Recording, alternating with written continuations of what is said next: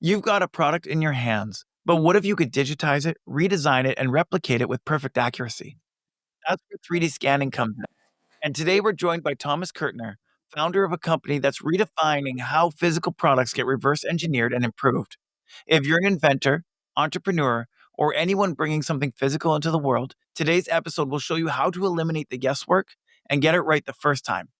Let's dive in. Brandon, I wanted to just kind of bring you in before we talk to Thomas. How do we work with Thomas, and what is it that he does that really cuts our design time down?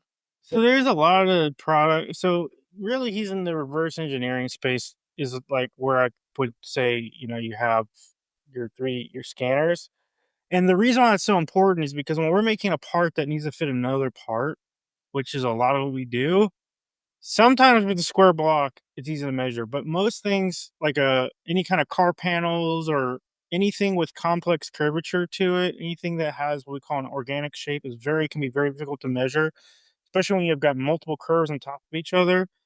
So either you're going to keep trying to fit those parts together and you slowly remove a little bit of material here, a little bit of material there. It could be a very slow, tedious project and never really fits smoothly. Or you work with somebody like Thomas, they 3D scan the whole thing, make you can clearly see where it needs to be cut and shaved, and then you can fit the parts together um, really as tight as you want. Thomas works with way higher tolerances than what we do. And that's what's really great is that we have all the accuracy that we would ever need for a project. Perfect. Thomas, what's your side of this? What does it look like for you when we bring a project to you?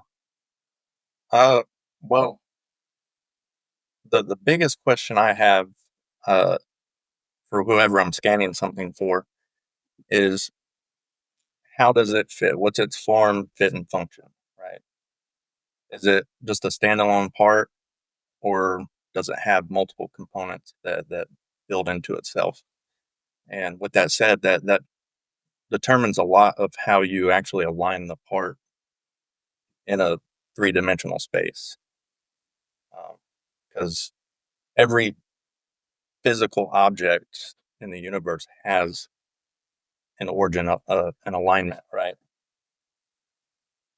And what I do in the digital space is give whatever it is I scan a starting point. And so if I put my starting point over here, but it mounts over here, then it's doable, but you have to move stuff around. It's better to just start where you're going to be putting something else on than to try to finagle stuff around, uh, especially if you're using it to build another part off of that part. Um, so, like for an example, um, let me just grab something here, like a pen, right? Looks simple, but the reality of it is there's a lot of time that went into how this cap actually fits on that and doesn't fall off, isn't too tight, uh, and all of that started with the origin of the cap and of the pen. What came first? Well, you have to ask the person who designed it. Uh, but say you lose the cap, well, I could scan your pen, and then we could design a cap around that pen, or vice versa. And that Yeah, can be applied to something like a pen, you know, uh, a, a jet, uh, engine components. I mean, anything you can think of for the most part, as long as it's a solid object that doesn't move, you can scan it and build off of that or redesign what you scan and make it better. yeah, yeah. That's really great, and it just like with pen is very simple, and like you could probably use some calipers or mics on something like that because you have like a it's a very simple pattern. But if you have that pen and it had a curve in it, and now you're trying to put that, Yeah. all of a sudden the complexity multiplies. And as you add Yeah, absolutely. features, complexity multiplies. And it becomes a point where it doesn't really make sense pretty quickly to try to make something fit. And a lot of times we can also use online catalogs. So I just did a product yesterday that works with plumbing. Well, I didn't have to use a scan because all the parts that we're looking at, we could pull off of a website and download and use modify those so everything fits together. Yeah. But uh, Yeah, if you don't need it, you most don't need things, what? it. Said if you don't need it, you don't need it. Right. In some instances, it is overkill. But excuse me. But for somebody like GE or Ford, uh, that's a game changer. Now you can make stuff that you never thought imaginable because you have the ability to combine organic shapes together. Uh, and for the last couple of decades or so, these car companies have been using uh, these scanners, and they have like a master sculptor actually sculpt out a car made of clay, and then they'll come in and scan it, and they'll have a digital copy of that, and from there they can make CAD models and then molds and start pressing body panels and stuff and so on. Uh, and then like in the aerospace industry too, uh, like the design shape of an airfoil or wing, uh, that you really can't measure that by hand.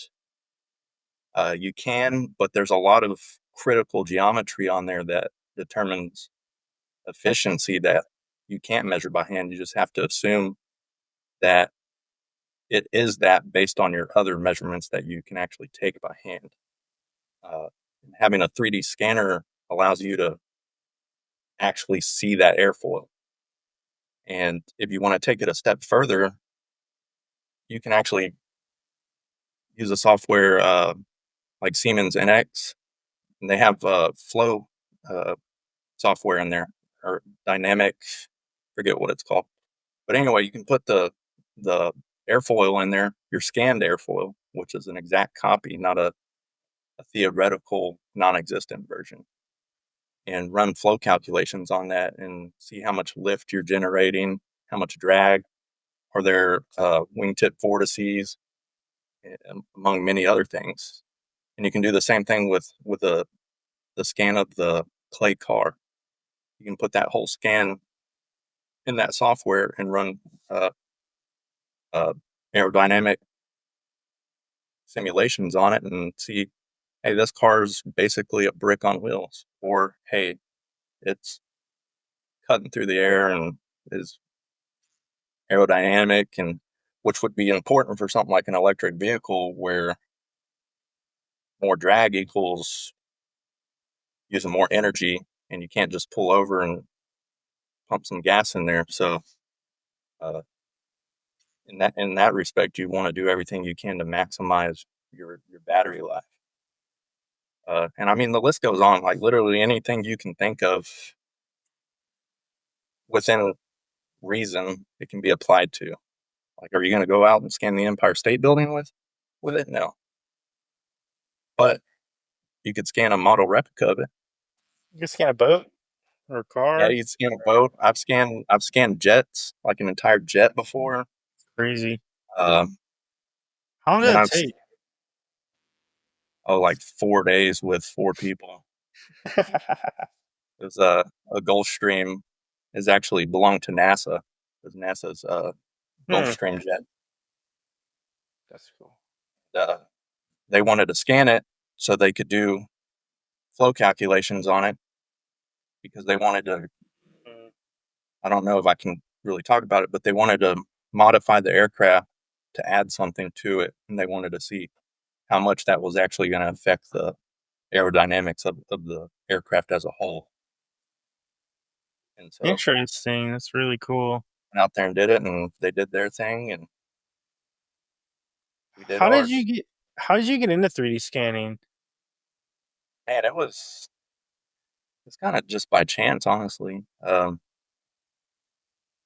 I had been working in machine shops for a good portion of my life, so I was familiar with how parts are manufactured and looking at drawings and what's critical for fitment, what's not, and just all the aspects of that. And uh, but that was all oil field stuff, and I quit. I just kind of got tired of making a whole bunch of the same part, and it was kind of a cookie cutter process. And I don't know. I just wanted to learn more, know more, and so I quit and kind of was just floating there for a while. And I was like, man, what am I like good at? What can I apply? What skill set can I apply to like make a living, right? And so I started a landscaping company, and I did that for a couple of years. And this stuff I love, right? And I'm good at it. But I soon realized it gets very very hot here in the summer, and I'm not built for that. Like hats off to the guys who wake up every day and work in 100-degree heat and do it again the next day. So I was like, man, I got to get into something else. Um, so once I kind of dissolved that company, I transitioned into another complete opposite field from the manufacturing world. I played poker for Hmm. a good portion of my life, and uh, this was like right around the time. I don't know if you notice all the like poker rooms in Houston now, right? Kind of just all over the place. Yeah. Before they were in some Underground. back room in a bar, and it was very very shady, to say the least. And I met this guy, and he had this idea. He's like, "Hey, I have a lawyer, and I've spent a lot of money uh, on this lawyer for him and myself to go through the actual laws that are on the books in regards to poker in Texas." And they found some loopholes and worked it out to where, because the game itself isn't illegal. What makes poker illegal is the fact that the house, the establishment, profits from the game itself, and the Yeah, fact that right. it's public. So there's kind of two factors there that make it illegal. So he said, well, why don't I just start a private club, and I just charge for the time you're actually within, in the walls of the club, and not charge you to play the game. Like, you pay to come in and you pay to sit down, but you're not paying to play the game. By extension, like, yeah. And Smart so, man. man, he opened it, and I was kind of like hesitant at first to see how, this was really going to play out. But, you know, 8 years later, they're still going. And now there's probably 50 of them in the Houston area. But they were That's the very great. first one. And I was uh, one of the managers there. And I really enjoyed it. And I wouldn't trade that time for anything. But I realized, I was like, man, I love the game. Like I love gardening and plants and stuff. I was like, I love poker. It's a fun game. I was like, but this isn't who I am. Like, what's the next chapter? Where do I go from here? And so I just kind of randomly, I was like, yeah, I'm gonna look on Indeed, see what's on there. And up until this point, I knew there was advanced manufacturing methods and techniques and stuff, but never really paid a whole lot of thought to it. So when I saw structured light scanning, I was like, what is that? I clicked on it. I just kind of read through it and everything that this company did and does, and I was like super intrigued. So I reached out to them and ended up getting an interview. When did the interview, and they hired me, and uh, that was kind of, I guess you could call that my apprentice years in regards to that, because the two guys that started that company had been in that space for like 20 years, like literally. Uh, as soon as the first structured light scanners came out on the market, they had them. They both were engineers at NASA, and they got the second structured light scanner in the United States, only after Boeing. And so, from the inception of this technology and all the way through its growth up until now, they've been a part of it. And so, after they were with NASA, they left NASA, and then went and worked for the company that manufactures these structured light scanners. And then they were brainstorming and got together and were like, hey, why don't we like buy one of these ourselves and just start scanning stuff for people and reverse engineering it and offering a analysis of, part to part analysis or uh, post damage stuff, right? So like if a engine crashes, they'll scan the components of that and then digitally assemble everything and figure out why it actually broke the way it broke. Like, hey, Oh, cool.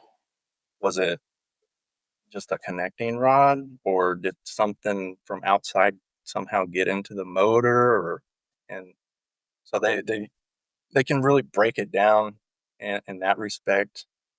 I mean, I've scanned stuff before where it's a turbine, like a gas powered electrical generating turbine, where you scan like every single component of it, and then you align everything to where when you pull it into whether it's Inventor, SolidWorks, whatever, everything's just in the right spot. What Um, kind of computers are you guys using? Very expensive ones. Yeah, I must say, I'm like just doing that 3D scan that you sent me. I dumbed it down, or what do they call that? Lowered And and the mesh, yeah, thinned out the mesh significantly. And it, don't get me wrong, I can work with it, I'm but already sending you thin meshes too, so you're thinning them even more than yeah, man, it's time for a new computer. bogging it down. Yeah, I mean, it's got a, maybe it's just old, but it's pretty spec'd out machine. So I don't know, but it's kind of crazy because that's just one scan. If I had 100 scans, I don't even think I wouldn't even attempt to open it. I would just be Yeah, it like, they can get pretty heavy, but the native file format for the scanners I use is its own format, mm, which is like all of the accuracy of the data is there, but it's essentially like a zip file for an STL. So when mm, you export it, it's like half the size of an STL, but then you can convert it into an STL from that format, gotcha. and that usually helps a lot. But uh, that software is very expensive. So the So when you guys assemble it, is it mostly in that scan software, or are you doing most of that in Inventor or these other? I do all of that in that software. So by itself, that software is probably the most powerful inspection software on the market. Um, I mean, if you want to Gotcha. know anything about a part like that has been scanned, that's the software to do it with. Uh, Especially like in a manufacturing environment where you're looking at scan data parts you're making based on models that drafters or whoever's made. And you want to make sure like what you're producing matches the model, because some of this stuff is like super complex geometry. And just to check one part, you'd be sitting there all day with calipers, height gauges, micrometers, depth mics, all kinds of stuff. Or Mhm. you can scan it in 10 minutes or so and have it populate all of those numbers like instantly. Whoa, so can you set up like So, a reference and say, hey, it needs to be plus or minus 5 thousandths of or a thousandths of oh yeah, this so when you're part? manufacturing, all these manufactured parts will have a blueprint, a drawing, which has dimensions and tolerance bands and GD&T callouts and alignment stuff. So to make an inspection program, you have everything you need right there. You got the blueprint, you got a model to compare it to. So even if you don't uh, sit there and make all of those dimensions within that model, you can still overlay your scan to your model and do a color comparison and have a, a, a gradient of color. Red is plus material, green is good, and blue is minus material. And you can set the tolerance of the gradient. So you can make red, five thousandths of an inch, and you can make blue minus 5 thousandths of an inch. And then anything uh, in between that, it'll show up as kind of a rainbow, basically. Yeah, of course. No, I mean And if I've it's done really, really, really good, it'll just be green. yeah, that's kind of how we do our stress analysis where we do something very similar. It's all color coded, but that's a very different same but different. Very different.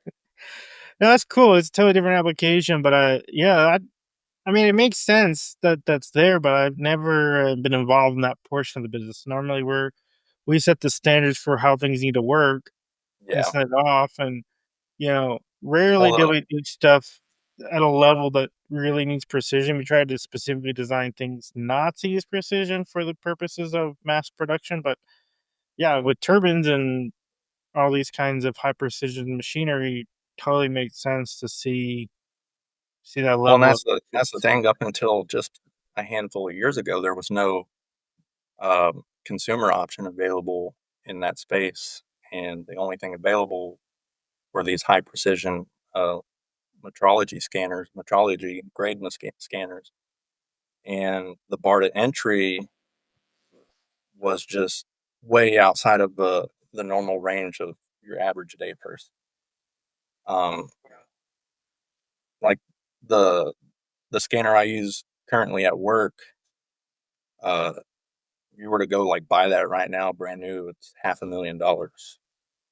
And so that bar to entry is there's not a lot of people that if they do have that kind of money, it's yeah. still like it's a big sale to convince them to let go of $500,000 for a 3D scanner. But once you realize the full extent of what you can do with it and at the level you can do it with, and by that I mean accuracy, uh, you're like, okay, there's there's some value there. There's a reason they're charging half a Oh million dollars yeah. because you can make that back tenfold with this machine, depending on Yeah. what workspace you're in, right? So, um, but now they have they're starting to come out with consumer uh, level scanners and stuff, and they're some of them are pretty decent, but uh, still none of them come even remotely close to metrology grade 3D Uh, scanners. what scanners when you say consumer, what is that in your mind? What's a consumer scanner that you would look at? Uh, the type of scanner, or the type of person. Well, like what's the investment and what's the capability? Like I looked at scanners every couple years, and they're really expensive and extremely difficult to use. So they Yeah, never did get on the let's move into that space. I've used a few of Like, the like consumer level scanners, and uh, honestly, there's not.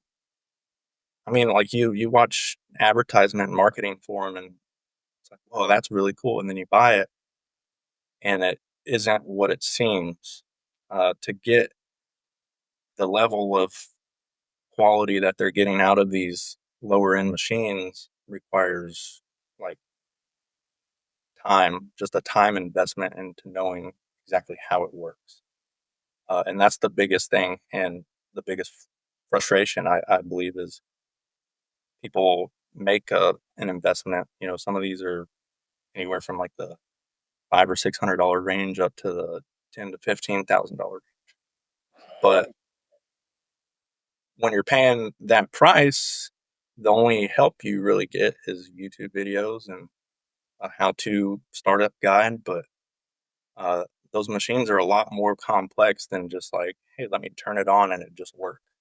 yeah, You it's know, not a Bamboo Labs 3D printer. no, see, that was revolutionary for that market space because up until then, like, 3D printing sometimes could be a nightmare. So, I learned a uh, 3D print in college. I took a course on it, and it yeah, took multiple hours and basically a semester. And then that came out, and all of a sudden it was turnkey. And we did 3D scanning too, but it was just like 3D scanning is tedious and the quality is low, and I just didn't really have a ton of interest. And once I found out there's labs that I can scan stuff to, like, it ends up so much cheaper for the client, and we get something we can move faster with it. It doesn't make sense for us to handle that kind of specialized stuff.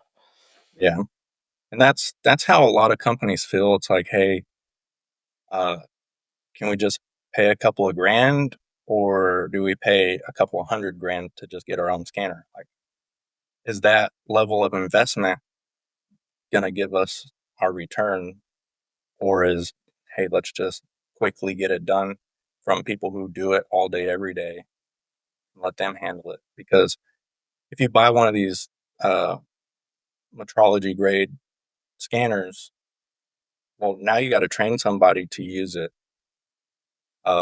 which that doesn't happen overnight. And then you just hope somebody within your company knows what to actually do with the data after you collect it.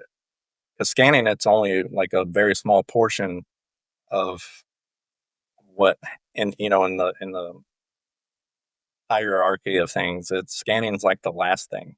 Everything else is like builds up Yeah. to like, hey, so if somebody's watching this and decides they want to buy a scanner, I would say, um, with your money, do with what you please, but definitely having a mechanical engineering designing background, understanding uh, like geometry and math and all of those things will help you once you want to do something with that scan. But Right. if you're just doing it and thinking you're gonna like scan stuff and 3D print it, like, it might not be for you. So And what's they're the starting to make that. Well, they're starting to make it a lot easier now. But um, if all you're wanting to do is scan like figurines or something, and then put a flat bottom on it and throw it in a 3D printer and print it, yeah, there you can do that. But like if you're wanting to like use it to make something that doesn't exist, or that's where that modify a car part or put a new taillight in your car? yeah, that's where that higher level kind of engineering designing background really comes into play, is whenever you're wanting to do stuff like that. And it can be discerning to people who are just getting started out. It's like, oh, I just spent $1,500, 2 grand on this scanner. And it's like nobody's there to teach them. So their scan data is kind of eh. And then they also don't know anything about modeling or reverse engineering or anything. So now you have sub quality data and somebody who just lacks the skill, and you put those together, and then that's the recipe for most people giving up um, before they really even get started. And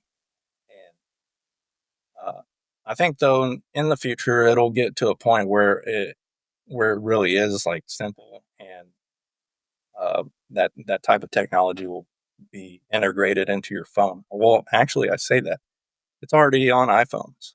Um, you can 3D scan stuff with iPhones. So There is apps for Android too. I've not yeah, used them, but I've heard of people doing it. it's by no means like, I mean, it's It's like more, you said, what you want. If you're just yeah, trying to, it's you know, cool. It's cool for what it scan your is, but it, friend and print out his head, and it doesn't need to, it's just like a desk ornament or a Christmas yeah, ornament. One thing you're trying to make an engine and modify the innards of an engine, you make them lighter or whatever, then that's a whole different ballpark. yep, absolutely. What's the difference between getting like a 3D scan mesh and then getting a 3D scan that's like a more of a solid model? Like what does it take to get from one to the other? Well, and that kind of plays into the giving up before you get started. Um, if you're really wanting to make something with scan data, or like, hey, I want to make a copy of this part because I broke it, so I scan both halves of the broken piece, and then my idea is I'm going to put them together in 3D print, and I got a new. Uh, that workflow basically would be scan my broken pieces. Well, they're not in a format that modeling software recognizes as a solid surface. So there's a couple of ways you can, uh, I guess for lack of a better word, trick it into thinking you have something that it's not. Because all a mesh is at the end of the day is a bunch of points with lines that form a bunch of triangles, make polygons, a whole bunch of polygons. And so when we're talking about it digitally, a polygon is a flat surface. Well, if you have 5 million of them, that doesn't create necessarily a single flat surface, which is what you need to model. So what you would do is, or at least the way I do it, is I take cross sections of the STL or step file, depending on what format it's in. Uh, the particular scanners I use are STL, or its native format, but you need the software, which is like 20 grand to be able to use it.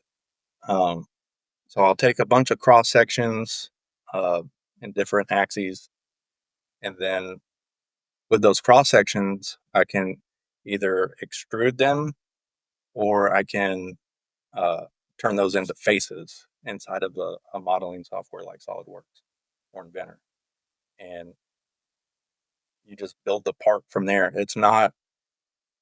I think there's a big misconception, and people think it's like, oh, I'm just gonna scan it and then I have a copy of the part. Well, like I said, if you're scanning like little figurines or whatever, yeah, that works great. But if you're like actually trying to make a part, especially a part that fits into another part, then it's a process, and it's not super fast. Like you said earlier, if you're scanning like organic uh, geometry, then it can be incredibly fast by comparison. But if you're scanning a pen, well, hey, we can figure it out. We might have to make a few iterations for the fitment of the cap, but we can get there. Um, so from there, you got your surfaces or your extrusions, and then if I have a cylinder that has a square attached to it, you know, like half of it's a square and half of it's a cylinder. Well, when I extrude that out, one's going to overlap into the other. So now you would change your axis, your viewing plane, and you would cut the portion you don't want off and leave the portion you want. And then you would spin it to the other viewing plane and do the same thing. And then you're left with your desired geometry. Uh, other than that, there is a way, but it's once you start getting into more complex geometry, uh, it just kind of it might crash your computer. And that way you pull the STL directly into Inventor, Fusion 360, or whatever software you're using, and you can make faces out of the STL, individual faces. But the higher your polygon count in your mesh gets, the more confusing it gets for Inventor. And so the amount of RAM you're using when you start, just button smashing, trying to create surfaces, uh, can really bog your system down or cause it to crash. I think that's where I'm going wrong. I convert it. So that's why I typically use cross sections, is because every time I try to convert the mesh into faces and stuff, it doesn't like it. So Yeah, so I don't try to and make it solid. Well, I just use yeah, you get a bunch of the only reason I like doing that is because then whenever I wanna I use it as a reference for sketches. So then I can click to certain points on there because it's not an actual STL anymore.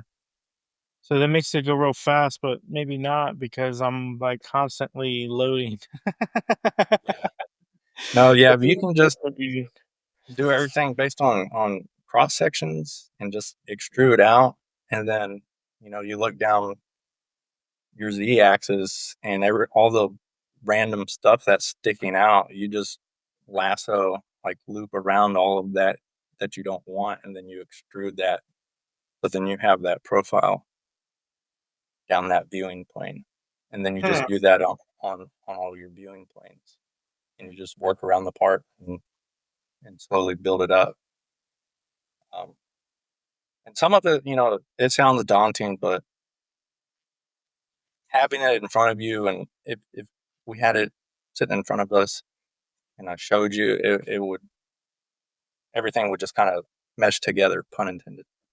And Yeah. you would get a better understanding of what I'm Yeah. talking about. I did. I mean, I've worked with you before on this, and it was really cool how your strategy is way different than the way because like it's clear. There's a little something.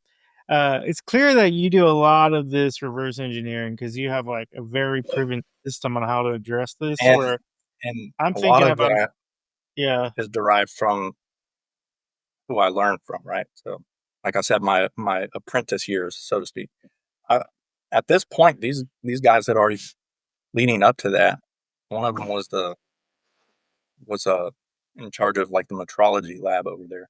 The other one was the chief mechanical design engineer uh, for stuff that goes on the ISS, and so they're already like highly intelligent, right? And then you give them the scanners that they've been using for the last 20 years. They they're basically just an encyclopedia of like how do I do this? How do you do this? You know, and I'm always asking questions. Like I'm hungry for information, so uh, I yeah, want to work somewhere that's going to let me eat. You know what I mean? And that's awesome. there they did, but it got to a point where it was just like, okay, now I have these tools in my toolbox. What can I build? And I wanted to kind of see what I could do from there, and that's kind of what led me to where I'm at now. And then also, I say now is in the job I currently work at, but then there's the now that is now, and I have one of those metrology grade scanners, and so now I'm just kind of seeing where the road takes me. I don't have any like formal plans to build some uh, reverse engineering R&D empire.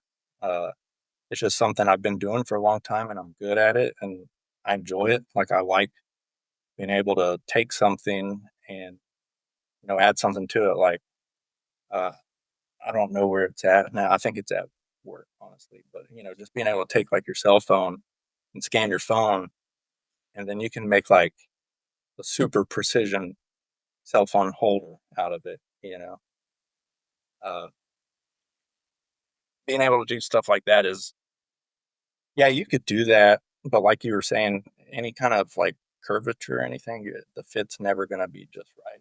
So Well, the other having thing is, that, like, if you're taking mics to something like a cell phone, you gotta be super careful not to scratch it. Like, if we're doing jewelry, or there's a lot of times where just taking the measurements can damage the surface. I mean, a phone, you're looking at the cost of the phone, the cost of the scan, depending upon what you're doing, it may not make sense. But, if you're talking about like some kind of collectible or something that is irreplaceable, like, even if you can do it without the scan, there's times where it just makes sense because you don't want to risk yeah, using these hard steel tools against it.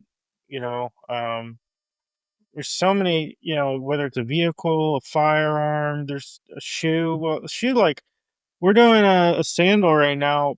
There's basically no way for me to take the geometry of a foot, like with a rigid. It's right. gonna flex. You can't really measure, like, what we just did a gel pad. You can't measure that. It fluxes. You have Oh, to have yeah. the ability to. Well, that goes back to like, where's the origin at, right? Can you define an origin? If so, then chances are there's at least one or two dimensions that you can measure by hand on there. But if you can't define its origin, or at least an origin, even that's not like the form, fit, or function of 3S, even if that's not like the proper origin, uh, then scanning it is probably your best option, because a lot of these organically made objects like a shoe or uh, hats or whatever, uh, they start off on paper. So they're drawing, they're using their artistic side of their brain and making something that doesn't have uh, hard dimensions on it. And so then I say, well, how long's what's a size 12? Oh, it's approximately this many inches, right? And then they build their hand sketch around the knowledge of somebody's foot being approximately 12 inches. And then once they have a model of that, and then they just scale it to a size 8 or a size 15 or whatever. Um, but it gets complicated because they're, like a car.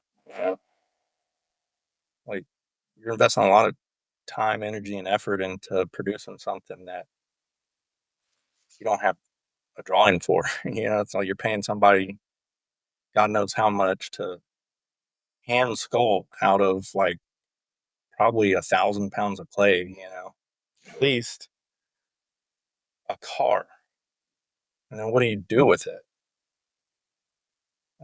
So they take that, and then anything made directly by the hand of a human is going to have uh, imperfections in it. But if you can merge those imperfections with perfection, you get something of the nature of scan data.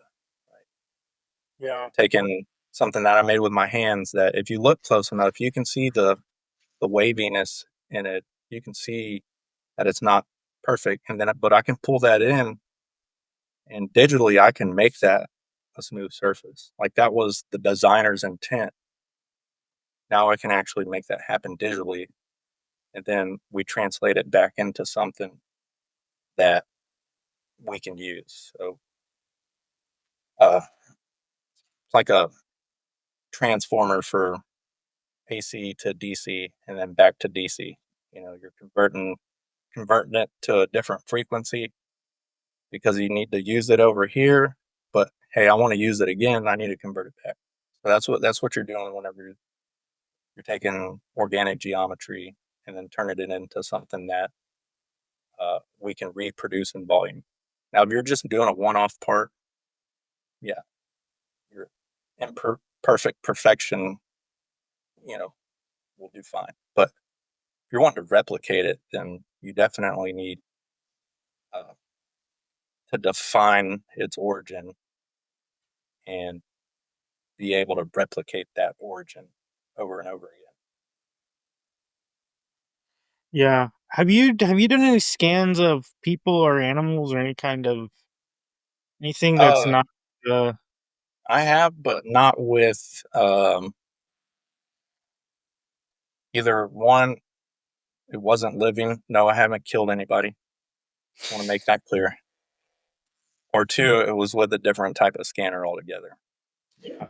Because these metrology grade scanners, uh, I mean, just your heartbeat, the vibration or the blood moving through your arm and it pulsating is enough to where you'll see that inaccuracy in a scan. Like, so basically, if I want to scan like your hand or something, I'm only going to get one really good shot, and then everything else after that is not going to be Right.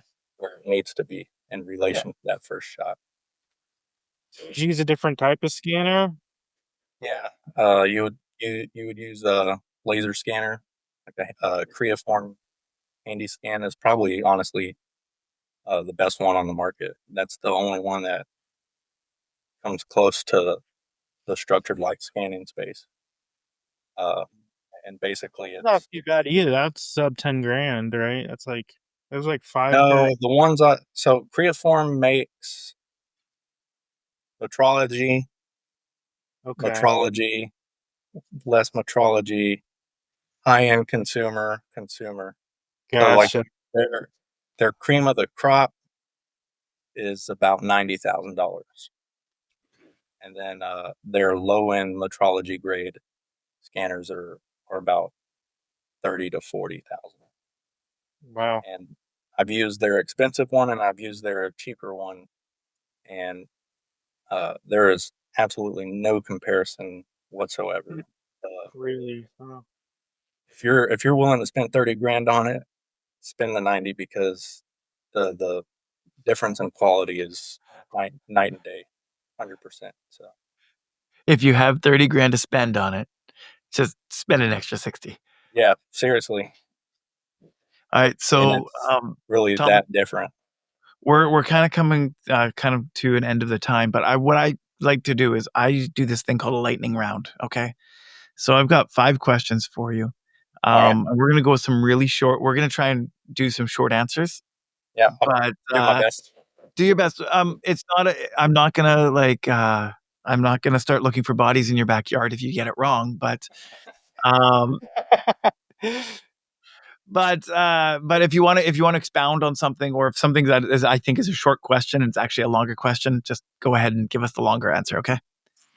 So the first one is, what's the coolest object you've ever scanned and why? Man, there's several answers to that question, but I'm gonna go with the one that popped up first in my head. Uh, the Orion, uh, the space module Okay. that they're building to go back to the moon. So the capsule that the astronauts sit in, like I got to scan that. So I was that, gonna ask you why, but that one's pretty self-explanatory. yeah, no, I was gonna say that too. And I was like, and why do I need to say more? Yeah, Exactly. It's a space capsule. yeah. Like, come on. that's Um, super wild. with the exception of your scanner, what is one tool that you can't live without with your work? I would say the software that drives the scanner, because not only is it a license to be able to use a scanner, but um, having to do everything I do to reverse engineer something is doable in like Inventor or whatever, but it's just so much easier in that software that Yeah. they're made together as one. I mean, you can Yeah. split them apart and just use the software to scan stuff and then do everything in another software, but uh, it really slow down your workflow unless you're just really know what you're doing and then uh, SolidWorks or Inventor or whatever. But even then, you So can kind of click things into place where in Inventor or SolidWorks, you have to basically visually align it, but you have nothing to grab onto. So it becomes Yeah, a so you're whole, you're you're you're just, pulling apart into yeah, you're pulling a 2D because it's 2D, right? We're looking at it in two dimensions.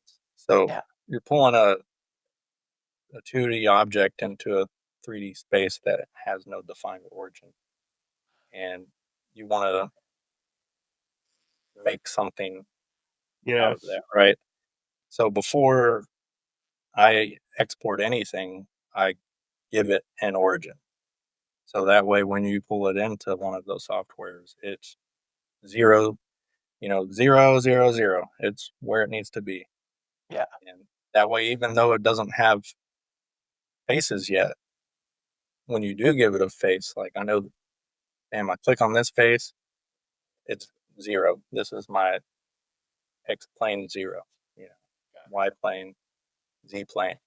And the Yeah. cool thing Then I is for can, like a lot of products, if you get that right, you can design half of it and just mirror the other half right on that origin. yeah, a You, lot of you stuff get, is yeah, is and is radially it's like radial.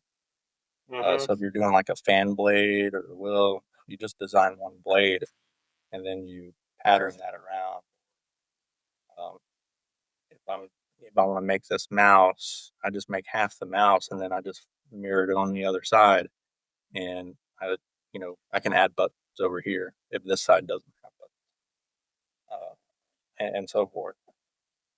But that's basically, to me, that would be one thing I couldn't live without. Mhm.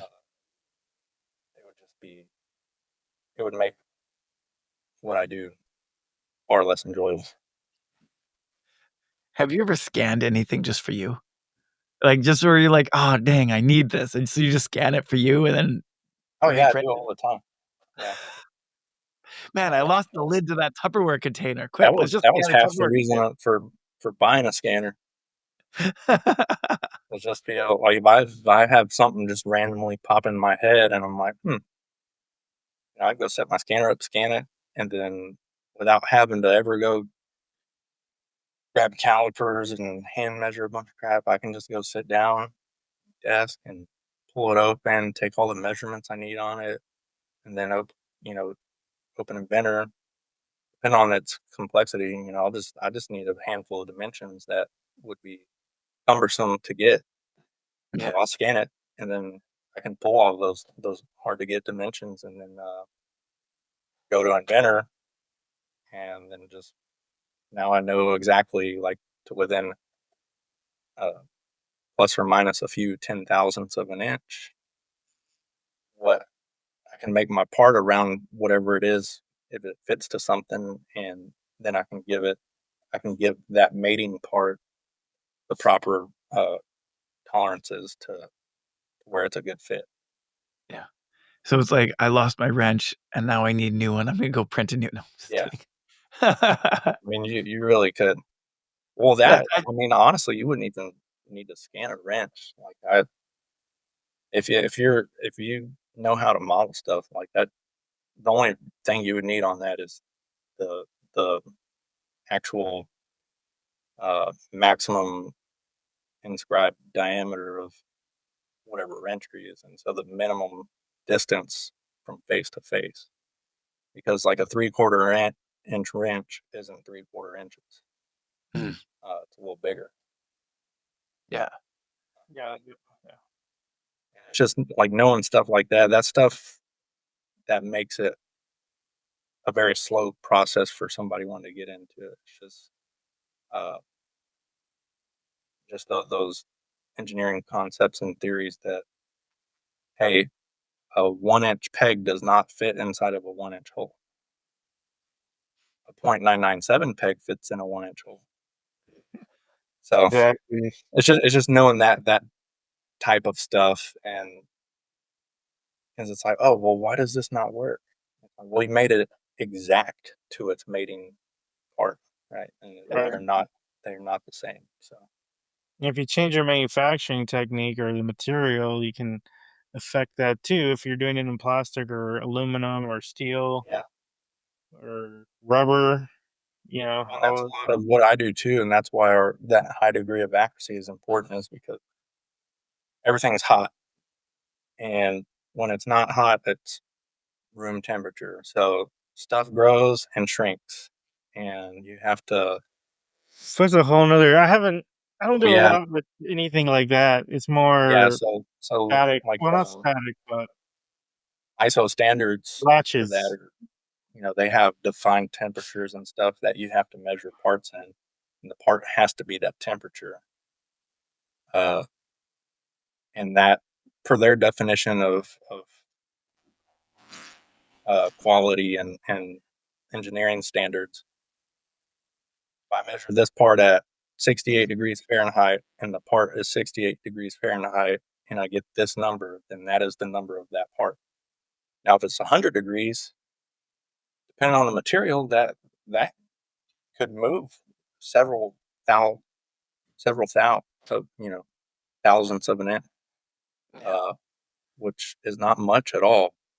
But when we're talking about a part that has a tolerance of plus or minus 5/10,000ths of an inch, then 3 thou is triple that, Yeah, if you're putting an engine together, you can only put the sleeves in the engine by or 6x. freezing. A lot of times they have to freeze the sleeves, like, and Well, then we they do that too. once they get to room temperature, you can't take them back out. Yeah, so some of these wheels that hold the blades of a turbine. So the wheel has the blades, and then that goes on a shaft. Well, that shaft, there's different types of fits for rotating equipment, and one of those fitments is called an interference fit, and that's literally, the name implies, like it's binding up on itself, and that's what's keeping it on that shaft.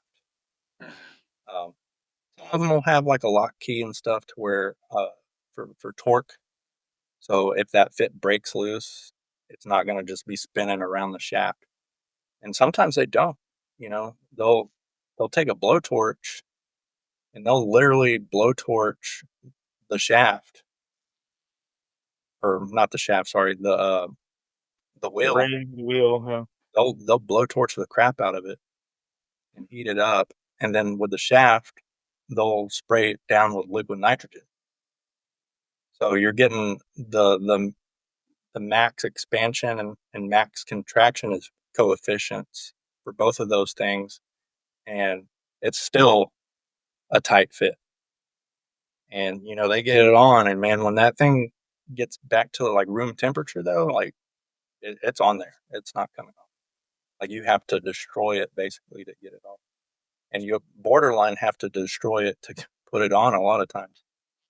Um, so And you're on a tight timeline too. That's like super stressful. yeah, well, it depends. Some Maybe stuff, not for you guys. yeah, some stuff they want. They'll literally. So just kind of for reference, we had a blade job a while back, and it's for like 100 blades or something, and each blade is like $1,500 times 100, and that's just for one wheel. You know, there's like 10 wheels on some of these things or more. And depending on what stage is, that could be the cheapest or that could be the most expensive. Because Yeah. I've seen blades that are close to $40,000 for one blade. Um, so this is like a pretty on the cheaper end of things, right? And well, hey, how fast can you get it to us? And then the next question is, well, how much are you willing to pay? Because that $1,500 price is, hey, we'll get it to you in 6 months. But if you pay us $5,000 a blade, we'll get it to you in 2 weeks. And which sounds absurd, but when you realize how much profit these companies make off of the machines that we're repairing for them, then it's like, well, yeah, that ain't nothing. Some of these machines are making $1 million plus per day, uh, for power generation or chemical processing plants, anything from fertilizers to gas to the light in your house. All of that stems primarily from uh, turbines or compressors or steam turbines, etc. And uh, with that in mind, that it's $1 million a day, not $1 million a year. So every day, what was that average out to? It's like 690 something dollars per minute. Yeah, that All right. that machine is losing when you don't have it on. So you turn it off, and immediately that timer starts, and they're losing almost $700 a minute for every minute that's off. And if you tell them it's going to take 6 months before you get it back, that's $180 million. Or we can get it to you in 2 weeks.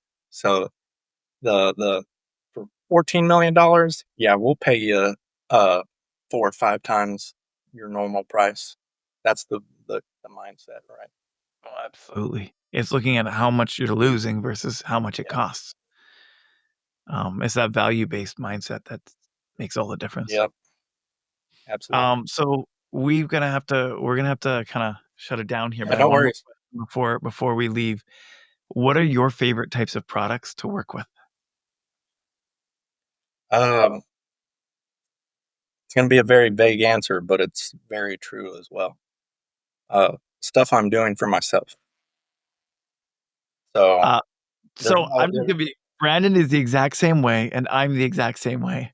It's like Brandon gets so excited about a project he's designing for him oh, yeah, yeah, versus a project he's designing for someone else. He don't get me wrong, he loves designing and he does a great job for everybody. But there's this little sparkle in his eye when he's like, "I just created yeah. this thing you have Oh, to watch." once that fire's ignited, good luck putting that fire out.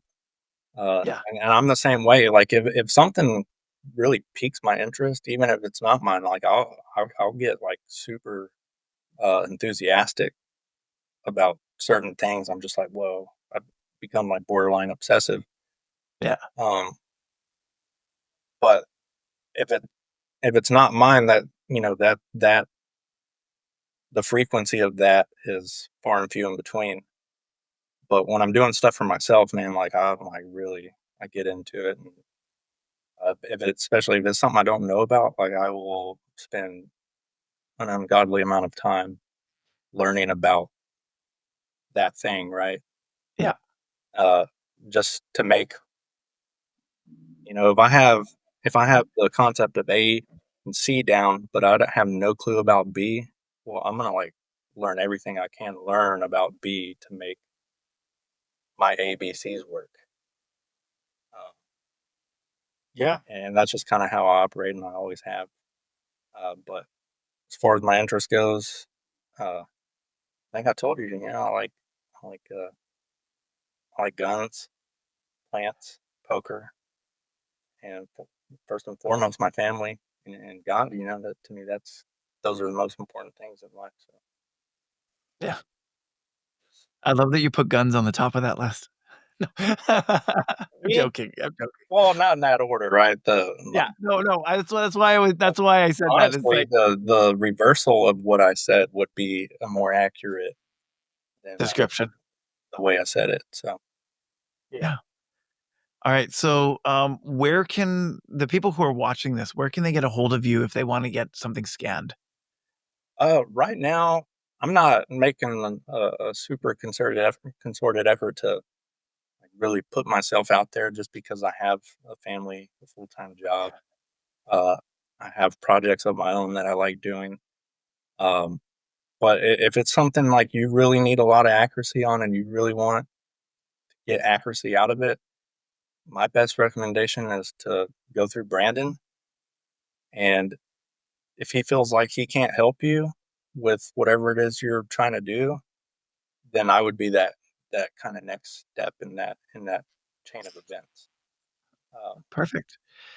but So, what I'm hearing you say is if they wanna get a hold of you, come through us. yeah, I think for now, anyways, that's kind of how I want to do it because I don't want I need consistency, right? So Yeah. if I make $5,000 in 1 week, but then it's a month or 2 months in between the next $5,000 week, like I got bills to pay, I got mouths to feed, Yep. and Get it. I just